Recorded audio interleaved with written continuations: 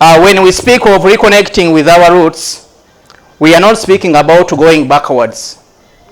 We are speaking about grounding ourselves. Africa has always been a place of knowledge, innovation, and resilience.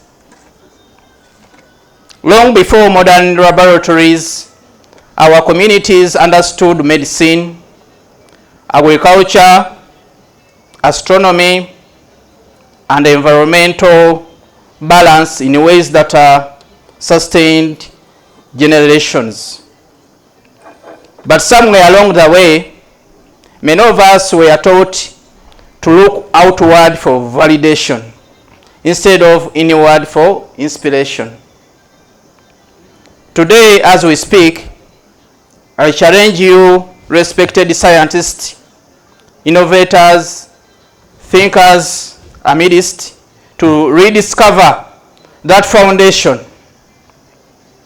Let your research, like fellow speakers we are trying to notify us, let your research, your experiments, and your ideas be informed not only by global standards, but also by local realities.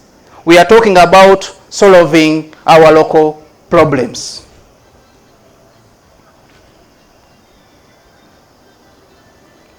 Because the problems that we face today mention about climate change, talk about public health challenges, food insecurity.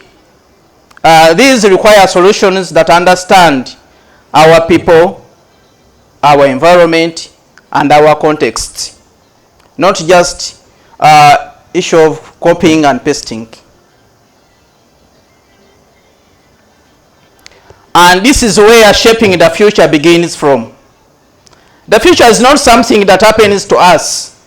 It is something that we build intentionally, boldly, and responsibly. Every formula that you learn, and for every experience that you conduct, and every theory that you test is a tool. The question is, what will you build with it? Will you create solutions that remain in textbooks? Or will you create impact that transforms communities where you come from? Africa does not lack talent for information. What we often lack is the bridge between knowledge and application. You are that bridge. As students of science, you carry a unique responsibility. You are not just learners, you are problem solvers. You are not just graduates, as you call yourselves.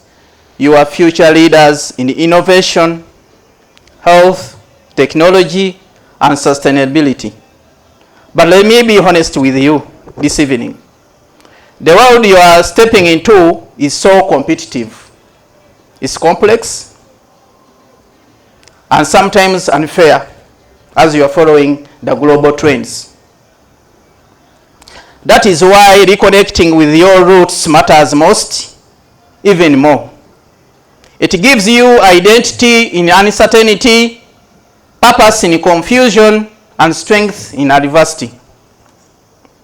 Your roots remind you that you come from a people who have endured, adapted, and thrived. So as you shape the futures, do it with three things in mind. One is relevance. Let your work solve real African problems. Second is integrity. Let your knowledge be guided by ethics and truth. Then collaboration. Build together, because no great future is built alone. We've been witnessing what was happening in the Middle East. Iranian people that I admire and work with are people that work together. They understood the dynamics of the global world, and they started by building a pool of resources, by having engineers, not one or two, a set of maybe 10,000 engineers in different fields. But if I ask you today, how many engineers we have in Uganda? I think I will not get that response on time. Or how many engineers does Uganda or East Africa need? And how many engineers do we have who have graduated? How many doctors? How many innovation hubs do we have? Do we have any even in this hill at Chibuli? Do we have any innovation hub? But we keep having graduates every here and then. After graduation, what do our students do? Do we have a track of record where we check on what they do? Or after graduation, everyone's go and enjoy their own lives? That is a $1 million question that we can reflect on. To the faculty, thank you for nurturing minds that we will define tomorrow. And to the beloved students, my constituents, your journey is just beginning, but it's already significant. And to everyone here, remember our roots are not limitations. They are foundations. If we stay connected to them, there is no limit to the future we can shape. Thank you for listening.